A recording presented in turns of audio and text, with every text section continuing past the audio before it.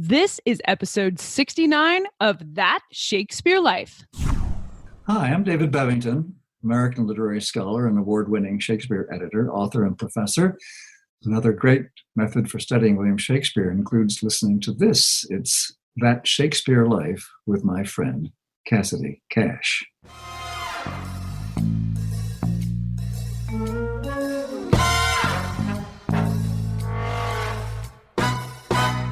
Technically, Shakespeare could have had a clock. He could have owned one, but most likely it was not a clock wearer. Mostly women were wearing clocks at the time.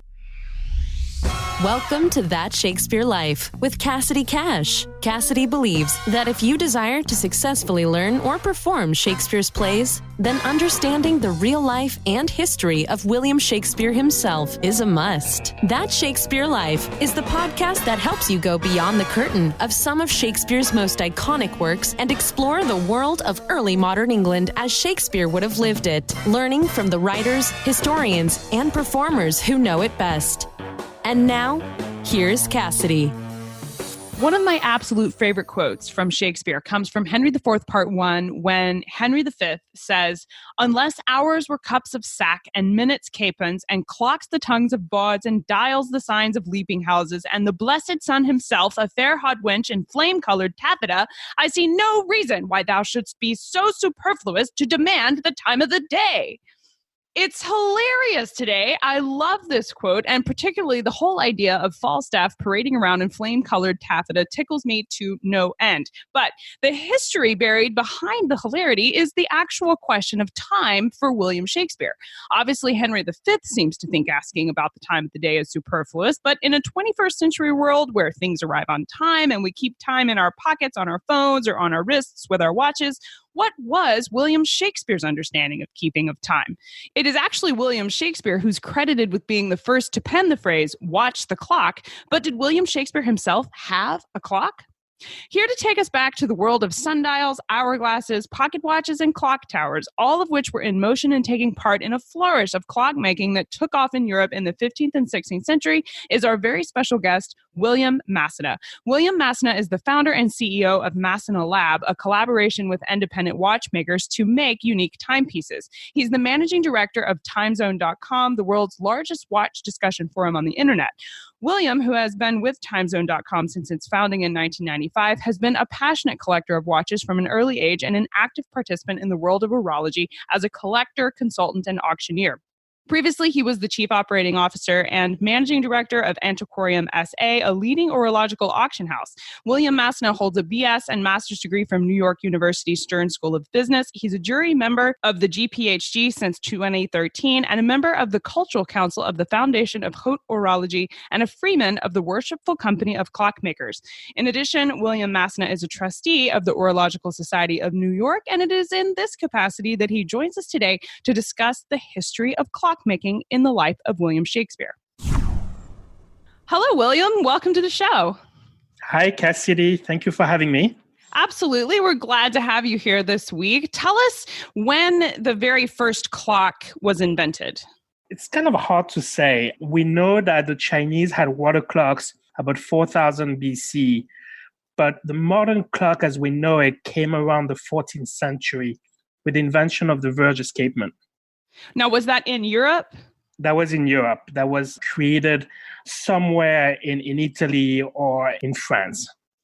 Now, some historians believe that the first person to use the phrase "watch the clock" was William Shakespeare from his sonnet 57, where that line shows up. Is that an indication that Shakespeare would have had a clock? Now, his life was a little over 100 years after this 14th century clock in Italy was created. Technically, Shakespeare could have had a clock. He could have owned one, but most likely he was not a clock wearer. Mostly women were wearing clocks at the time. He may have owned a clock in his house, but very few people had clocks. Now, in Pericles, the narrator says, quote, "Our sands are almost run," meaning that the time of the play is almost finished and they're wrapping it up. Was this an artistic expression, or did playgoers in the 16th century actually use an hourglass as one of the ways they told time?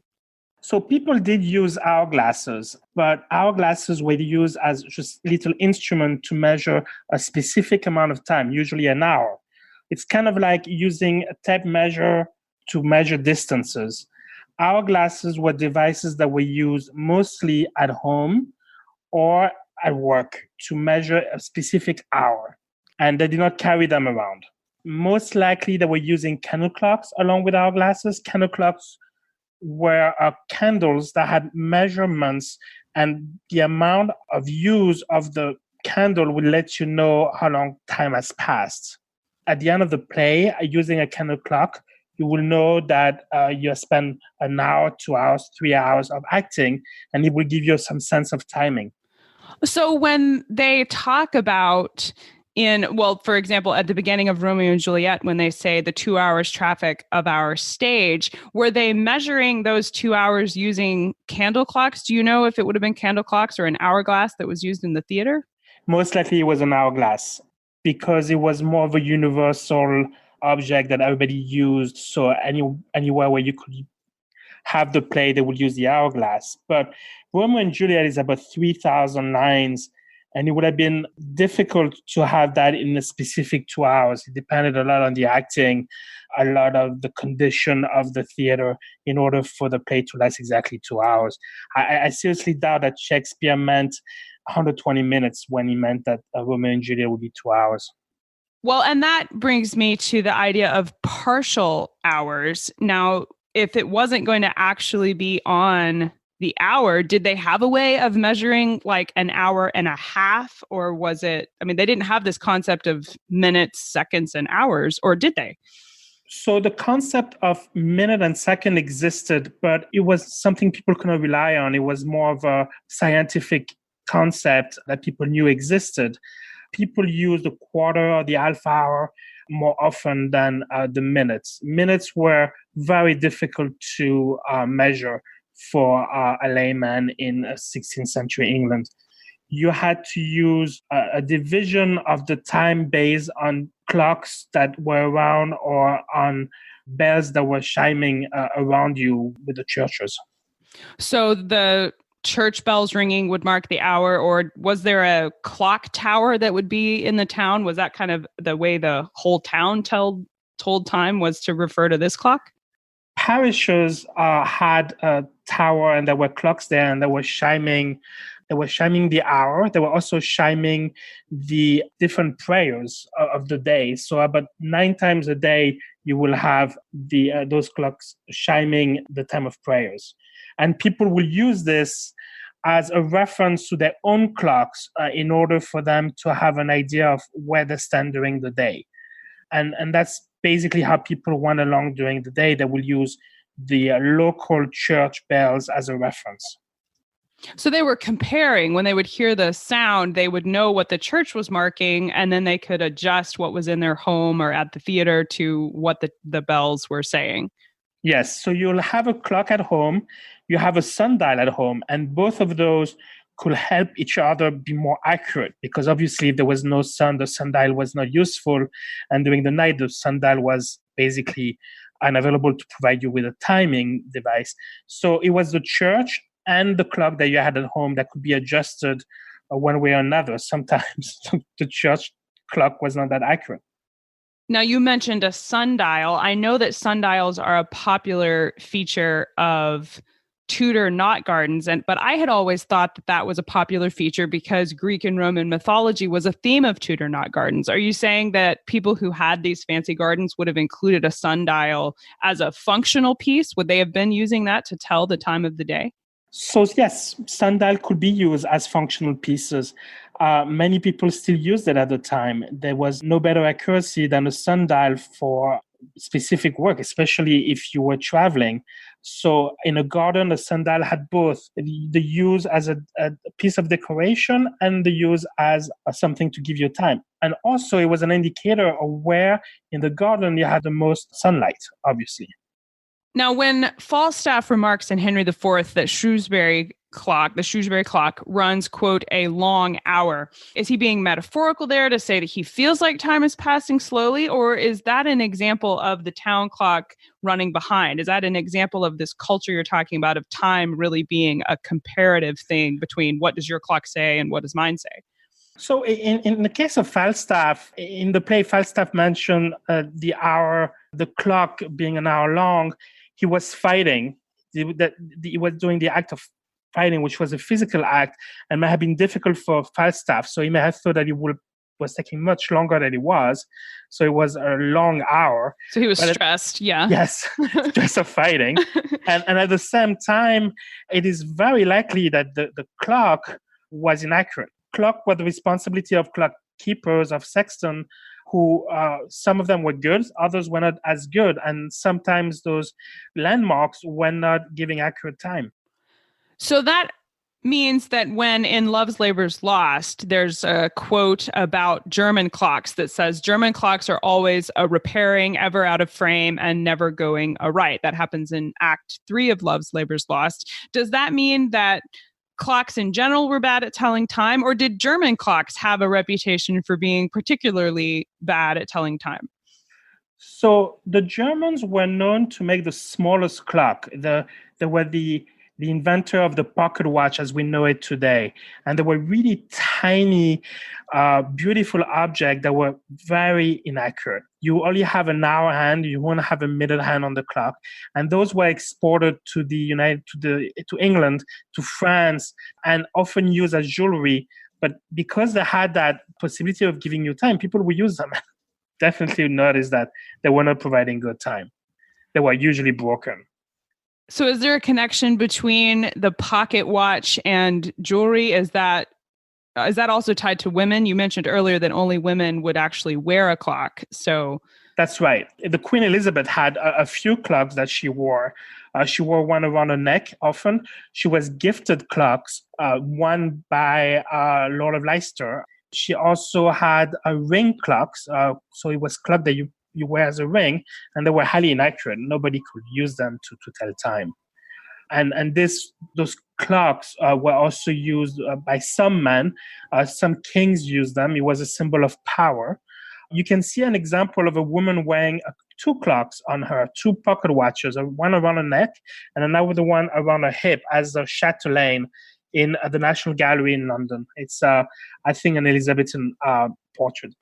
Well, if individual clocks were considered this unreliable, albeit beautiful and very fashionable, how did people make arrangements with one another when they had to agree upon, let's meet at this time? Did they make appointments around the hour?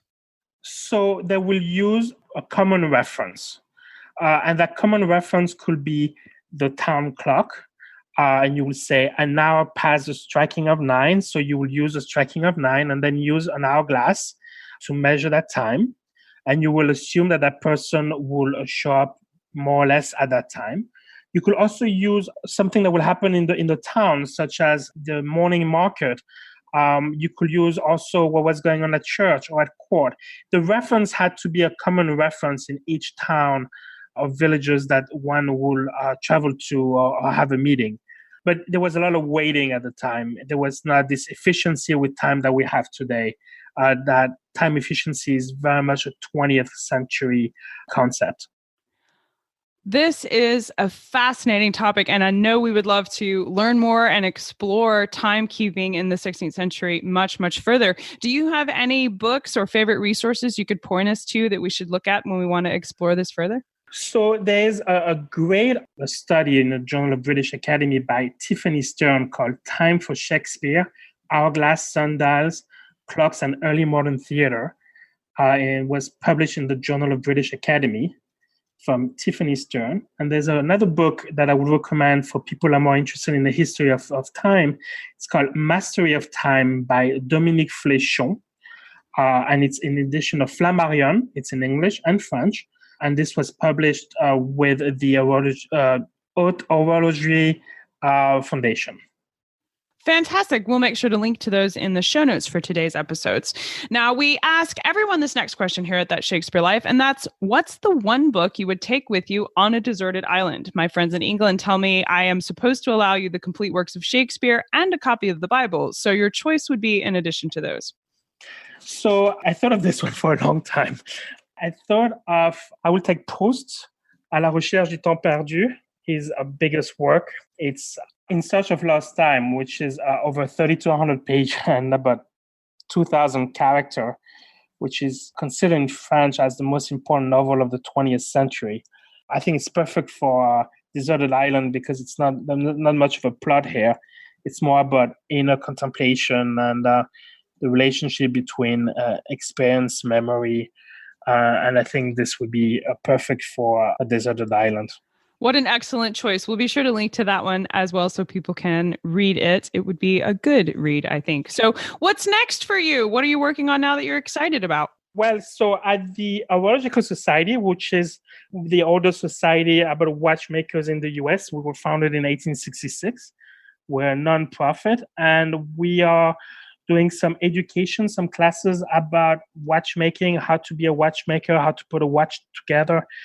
And we have lectures. We will have lectures in September, starting with the director of the Willard Museum, Robert Cheney, and we'll have other speakers coming in October and December. That sounds fascinating. Where can people go to learn more about how to participate in those classes? So it's hs-ny.org, and you can go there and have all the information to sign up for a class. How exciting. We'll definitely check that out. And the link to the Horological Society will be in today's show notes as well. So make sure you check that out. Thank you so much, William, for being here today. This has been a very exciting conversation. Thank you for having me, Cassidy. The show notes for today's episode, where you can find more history about clocks and clockmaking in England, as well as the resources William mentions today, including a link to the Horological Society in New York, where you can take part in the excellent classes going on there this fall, can all be found at www.cassidycash.com/episode 69. That's cassidycash.com/EP69. If you like the history you learned today, make sure you subscribe to the podcast and consider leaving us a review on iTunes to let other people know what they can find when they come with us behind the curtain of William Shakespeare's plays. That's it for this week here at That Shakespeare Life. I'm Cassidy Cash, that Shakespeare girl, and I hope you learned something new about the Bard. I'll see you next week. Bye-bye. Thank you for listening to That Shakespeare Life. As always, the best conversations happen after the episode over at CassidyCash.com. Become a part of a vibrant Shakespeare conversation by adding your voice over at the website. Until next time, remember, when you want to know William Shakespeare, you have to go behind the curtain and into That Shakespeare Life.